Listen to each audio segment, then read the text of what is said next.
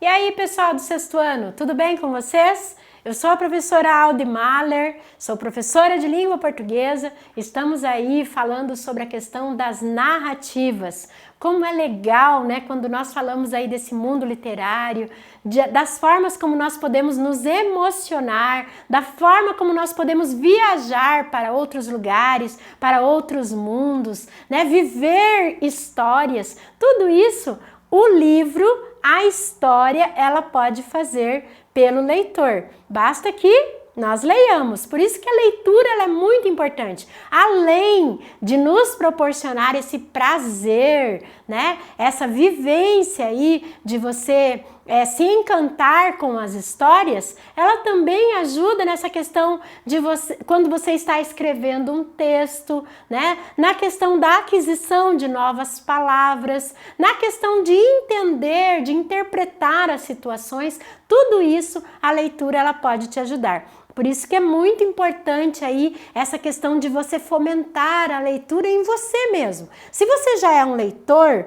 você pode fazer desafios de leitura. Sabe o que é isso? É você falar assim, olha, esse mês eu tenho um desafio de ler 3 livros. Ou quem já faz isso, ler 10 livros. E aí você tem aí um desafio para esse mês. Quem sabe aí, né, nesse nosso isolamento, se você fizesse isso, hein? Aquele livro que está parado na estante. Ah, professora, mas eu não tenho livro em casa. Hoje nós temos uma possibilidade. Quem tem aí o acesso, por exemplo, à tecnologia, você tem aí livros que você pode ler no domínio público. É um site que você tem essa possibilidade de fazer essa leitura aí de várias histórias. A professora está falando aqui dos contos, por exemplo.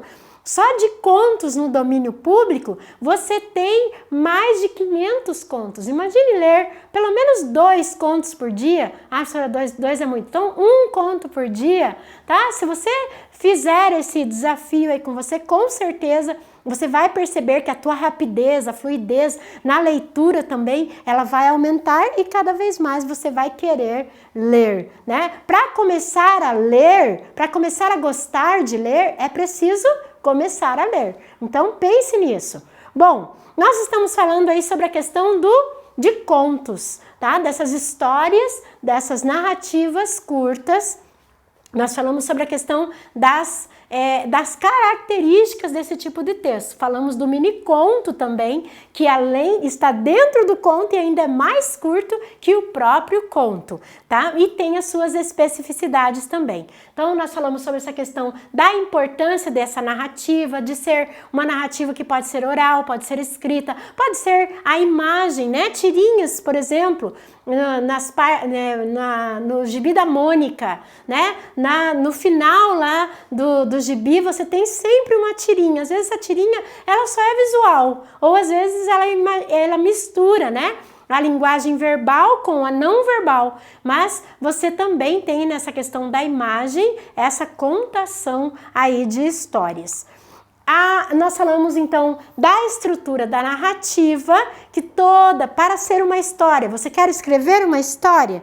Você tem uma receita para isso. Então é legal quando nós temos pessoas que têm essa possibilidade e que sabe aí lidar com as palavras. Isso é bem importante na nossa sociedade. E que tal se você começasse a fazer esses registros das suas histórias? Pode ser um relato, pode ser algo que tem a ver com aquilo que acontece ao teu redor, ou pode ser uma história inventada também, desde que você obedeça a esses elementos. Para ser uma história, é preciso fazer aí essa questão dessa verificação dos elementos narrativos. Lembrando, então, que a estrutura da narrativa é o quê? O conflito e o clímax. O que seria o conflito e o clímax? Tem a ver com a questão do problema. Toda história ela tem um problema, senão ela não prende a atenção do leitor. Imagine você ficar o tempo todo descrevendo. Ah, a árvore é alta, ela tem uma copa grande, também tem as frutas. Ninguém vai ficar preso por uma leitura assim. Agora, de repente eu estou falando, a árvore é alta, tem uma copa grande e tem muitas frutas, mas um barulho acaba chamando a atenção dessa árvore.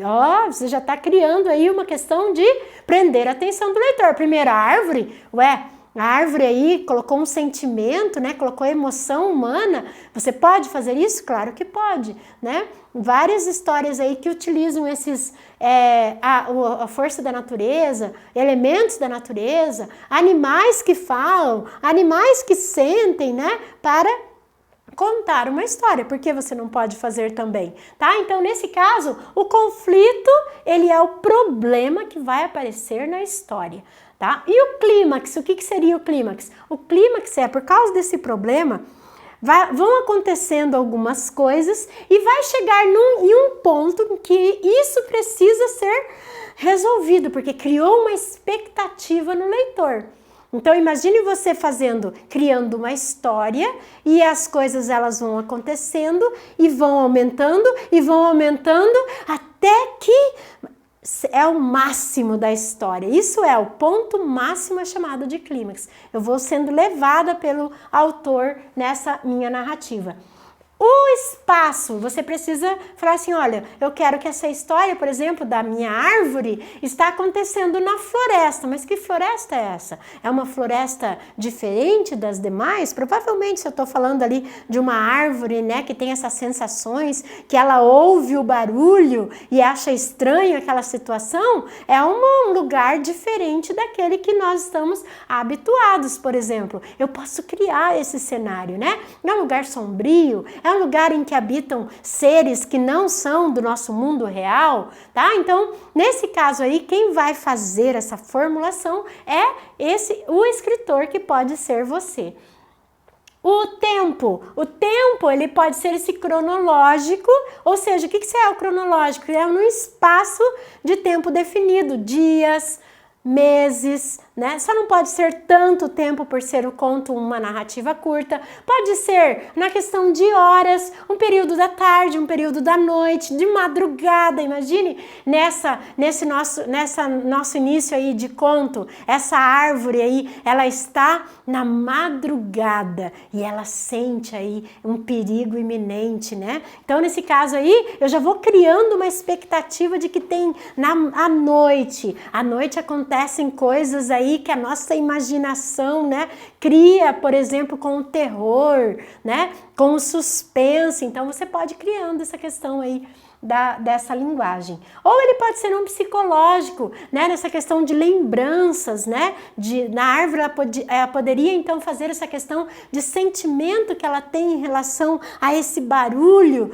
que para ela é algo que está incomodando, ou os flashbacks, que são quando ela está contando ali essa história e aí de repente ela lembra de algo que aconteceu e ela coloca no momento da história. Isso é muito utilizado por alguns autores, né?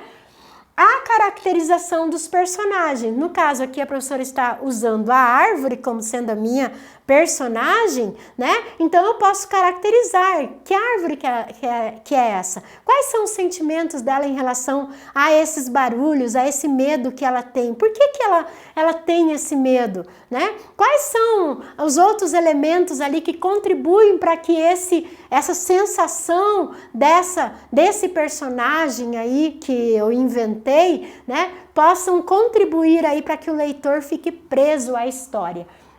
Daí verificar a complexidade psicológica desse personagem. Então, quando você tem um personagem muito interessante, ele pode ser até o antagonista, ou seja, pode ser até o vilão. Na maioria das vezes, né, nessas últimas histórias que nós temos, tanto nos filmes, quanto nos gibis, quanto nos livros, o vilão, ele é muito bem construído. Por quê? Porque ele chega a causar tanto ódio, mas tanto ódio, né, em nós, leitores ou telespectadores, que nós acabamos até criando um laço ali efetivo com esse vilão. É exatamente porque o escritor ou o produtor, ele fez tão bem feito a construção desse personagem que nós acabamos até amando, mesmo sendo uma pessoa má, né? E o narrador, ele é observador ou é o personagem? Nessa minha história que eu estava criando agora, se eu estou falando da árvore sentiu que tudo acontecia devagar ao seu redor, eu estou sendo um narrador em terceira pessoa. Mas eu posso também fazer com que a árvore, ela conte essa história, né? Eu estava olhando os pássaros voando quando de repente senti que tudo à minha volta modificou. Imagine que legal, né? Quando você tem aí o personagem narrando, né? Esse personagem, ele narrando a sua própria história. Então isso são pontos de vista. Então quando você tem aí os personagens contando a própria, o que ele vê dessa história, é muito legal. Vários livros hoje, né, na nossa literatura moderna, eles têm essa questão aí de colocarem vários pontos de vista, ou seja, vários personagens contando a sua forma como viu a história. Então isso torna muito mais interessante aquilo que está sendo trazido. Aqui a professora colocou um texto, esse texto se chama Uma Lição Inesperada, e ele fala ali da questão da história do Lilico. O Lilico aí, ele é um menino, né, que ele está ansioso pela leitura que nós fazemos do texto, ele está tão ansioso para ir à escola, mas tão ansioso que porque ele está já separado dos amigos no período de férias, e quando nós ficamos um período de férias aí, nós temos realmente essa questão da ansiedade de encontrar os amigos, de ver quem que vai ficar na sala de quem, né, desse reencontro. Então, o autor ele coloca exatamente essa situação escolar que nós vivenciamos, que é esse primeiro dia de aula. Você não fica ansioso quando você, né, está aí querendo, por exemplo, a volta das aulas, né, das aulas presenciais, você não fica ansioso, quem que eu vou encontrar, como que a pessoa vai estar, né, em que sala que eu vou ficar, com quais amigos? Era a mesma sensação que o Lilico aqui nessa história, que é esse menino, ele tem aí desse primeiro dia de aula. O autor coloca algumas coisas importantes, por exemplo, sentia-se como um peixe de volta ao mar, ou seja, ele já estava cansado de ficar em casa, ele estava no ambiente ali, né, na escola, ele se sentia ali no ambiente que ele gostaria de estar. Só que acontece algo com esse personagem, né? Ele chega na escola e ele vê os amigos, mas quando ele vai perceber, ele é colocado numa sala totalmente diferente daquela em que ele estava acostumado no ano anterior. Então, ele se vê numa situação. Quando a professora fala dessa questão do conflito, né, da situação, o problema é exatamente essa. Ele está na expectativa de que ele vai reencontrar os amigos, de que tudo vai ser legal, vai ser um ano muito bom e de repente qual é o problema? Ele é colocado numa sala em que ele não conhece praticamente ninguém. Você já vivenciou isso? É ruim, não é? Quando você não conhece ninguém, você fica ali calado, né? Você não sabe com quem conversar, né? Fica introvertido ali. Lilico estava nessa mesma situação. E aí a história, o autor coloca assim, que ele começa então a olhar todo mundo do seu canto, aborrecido, porque, né, imagine, caiu numa sala diferente, e aí ele começa a olhar todo mundo e ele começa a fazer o quê? Ele começa a fazer ali as percepções dele daquelas pessoas, só olhando de longe. Daí ele fala lá, né, de um japonês de cabelo espetado com jeito de nerd. Uma garota de olhos azuis vinda do sul, pareceu fria e arrogante. Veja que ele nem conversou com as pessoas, ele só está olhando de longe, mas ele já está tirando aí a conclusão dele sobre essas pessoas. E ele vai falando, né?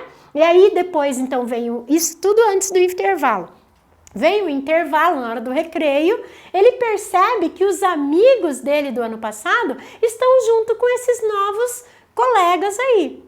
E aí ele começa a perceber, poxa, será que eu não estou sendo intransigente, chatinho, né? Aí ele começa a perceber que se ele der abertura, vai ser legal, porque ele vai fazer o quê? Novos amigos. Então ele vai sendo levado aí o conto até no momento que é exatamente quando ele tem que fazer um grupo de estudos e logicamente vai cair com pessoas que ele não conhece. Ele não conhece ninguém naquela sala. E aí ele então vai, o grupo dele vai ser o grupo do japonês. Lembra que ele falou que o japonês era um nerd, né? Que é uma pessoa que ele olhou e achou que era, mas ele descobriu que ele só era ótimo em matemática, mas tinha grande dificuldade em português.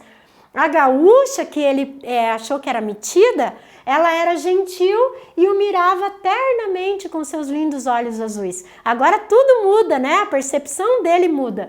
O mulato era um caiçara responsável, ele tinha chamado esse mulato de preguiçoso. E agora ele percebeu, por que ele percebeu? Porque ele ouviu todo mundo falando de si, todo mundo falando de onde era. Agora não era a percepção dele, agora era a realidade.